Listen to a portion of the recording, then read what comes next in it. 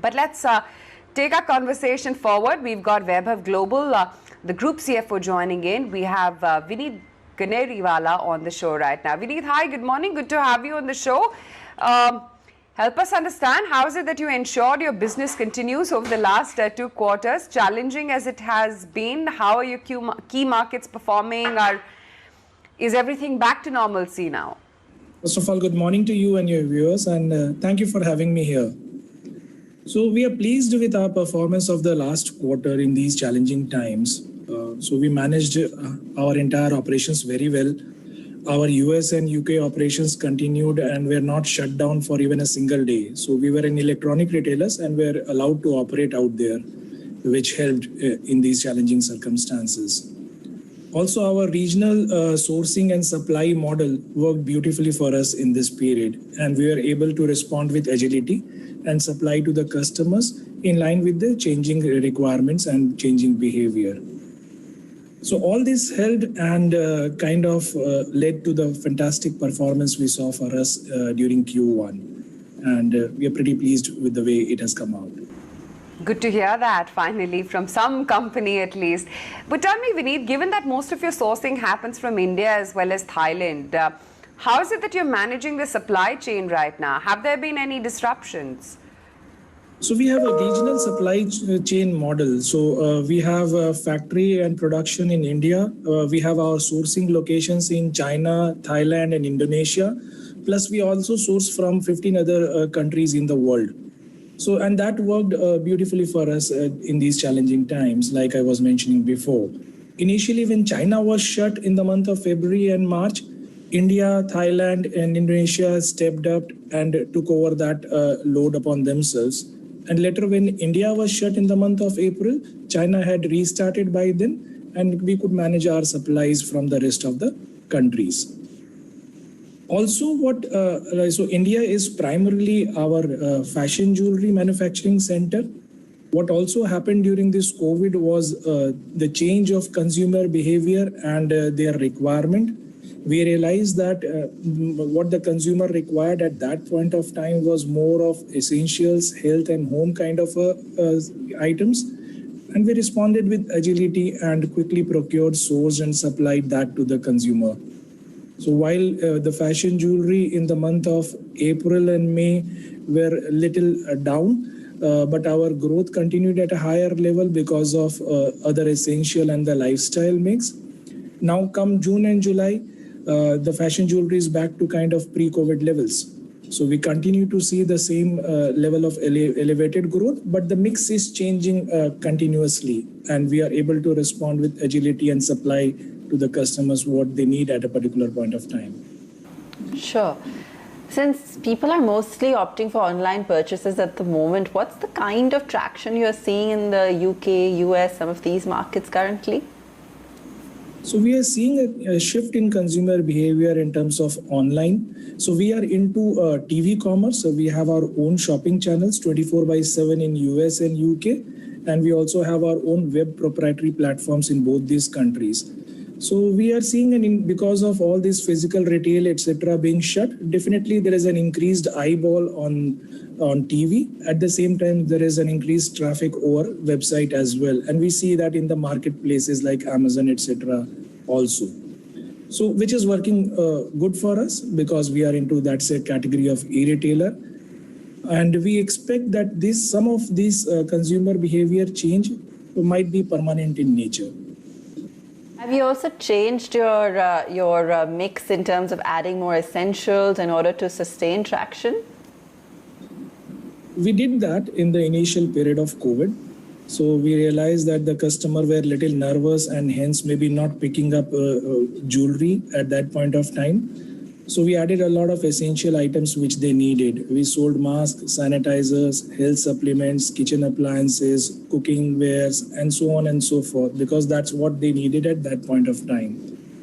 Over the next few months, the essential mix have come down. So it was maybe around 18% of the entire revenue mix in Q1. It's now down to a single digit kind of a number. But that space have now been taken back by the fashion jewelry and the other lifestyle categories. So we continue to see the same elevated level of growth, but the mix is changing as per the consumer demand. Right now, what they are looking for, searching for, and also buying more are more of home categories. So people are setting up their offices at home. So they are buying a lot of home office kind of products, and we are supplying that to them. Gardening was a big thing which they were looking for because people were at home and it's summertime. So a lot of gardening products were in demand. So along with the changing time, of course, a lot of fitness equipments, etc. as well, even the kids at home, so a lot of toys and so on and so forth. So we continue to supply these categories as per the changing times. Okay. Wanted to also understand what the outlook has been with respect to long-term changes in the consumption patterns in the US and what you're witnessing on that front. We are into deep discounting kind of a model. So our average selling price is around $25 to $30. At these price range, pretty much it is not so much affected by any of the economic cycles. So whether it is a recession or a boom, we are pretty much not impacted either ways. So that is the reason maybe we continue to see, in fact, we are seeing an elevated level of growth in this COVID scenario. We expect that in the long term, with all this consumer changes in the consumer behavior in terms of moving more digital, and some of these we expect to be permanent in nature. So we are pretty confident of our guidance, which we give for long term in terms of 15 to 17% growth in terms of the retail revenue in constant currency terms.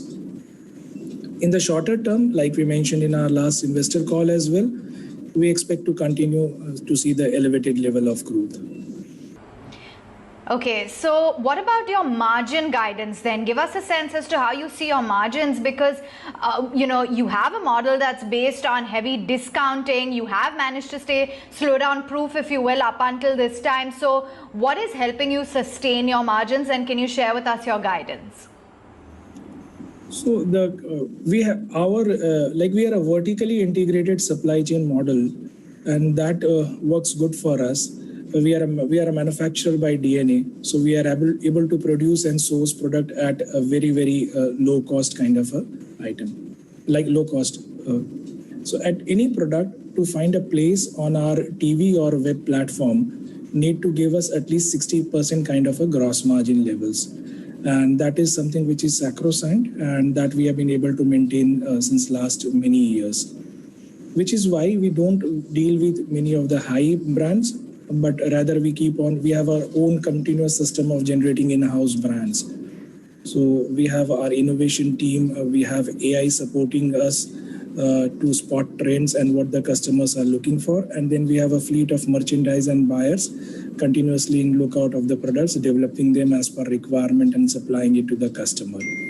So this works for us while we are able to offer the consumer a deep discount, they perceive the value in the product. At the same time, we also are able to maintain our gross margin. Sure. Understood. Since your business is not very capex intensive, does it imply that whatever money you make actually gets added onto your books? Yeah, pretty much. Our routine maintenance capex is not high in our kind of an industry. So last year, the routine capex was to the tune of about 35 crores, which means between operating cash flow and free cash flow, there is not much of a delta out there.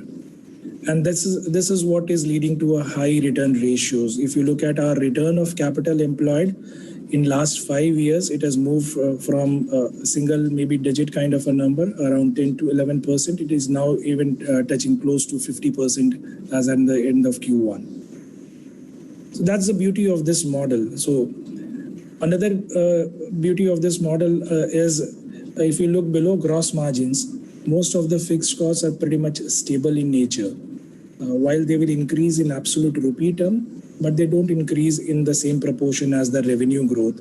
So as we keep on growing revenue, a large part of that also flows down to EBITDA, which is also resulting in the continuous margin expansion. So Over the last 5 years, our margin have improved from 6% to 14% as at end of Q1. And we expect to continue getting operating leverage going forward as well. Sure. Wanted to understand, how is it that you're looking to utilize the cash in your books? Any opportunities that you're mulling at? I bet there are a lot of distressed sales out there. We continue to explore opportunities as it comes our way. As of now, there is nothing concrete on the table, but if any opportunity which makes sense for us comes our way, we'll definitely explore and have a look at that. If you look at our last year, in FY 19-20, we pretty much distributed all our free cash flow for the year in terms of dividend and buyback. So both put together were almost equal to our free cash flow for the last year. So we'll not hesitate in distributing a higher dividend than whatever we also guided in our dividend policy in case we don't find a better use for the cash. Sure. There's just one concern, regarding the increase in your market share and expanding the customer base from here on, and how would you manage to do that? What would you like to say to this question thrown up by the analyst as well as market fraternity? Our market share have been continuously increasing since last many years. So in last 3 to 4 years, we have almost doubled it. When we compare ourselves with other companies in these markets with a similar kind of a business, be it Curate or Evine and the like, we are close to 3% kind of a market share as at end of Q1, which was half maybe a few years back, 3 to 4 years back, it was less than 2%. So we have been growing continuously at a reasonably healthy level, and the other competitors are not growing to that extent. And we are continuously adding market share. What it also means for us is we still have a large headroom in front of us. So at being at 3% kind of a market share, we have a lot of free land in front of us to grab, and we shall continuously go on increasing. We are confident that we'll keep on increasing the market share. Coming to the second point of your question in terms of customer base, we have a very healthy kind of a customer base. We have managed to retain, and their retention and the repeat purchase is very high. On an average, one customer buys about 27 to 28 items from us throughout a year. And the kind of a lifetime value they give is pretty high. In Q1, the increase in the new customer also have been phenomenal. And from a level of 3.5 lakh customer as at March end, we are almost close to 4.5 lakh unique customers now. So a sharp jump in new customer acquisition as well, continued with a healthy retention rate of old customers and a healthy repeat is what is giving us the confidence which we are reiterating in terms of our guidance for medium and long term. All right, we wish you all the very best. Many thanks for giving us more clarity on your business and how things are shaping up at Vaibhav Global.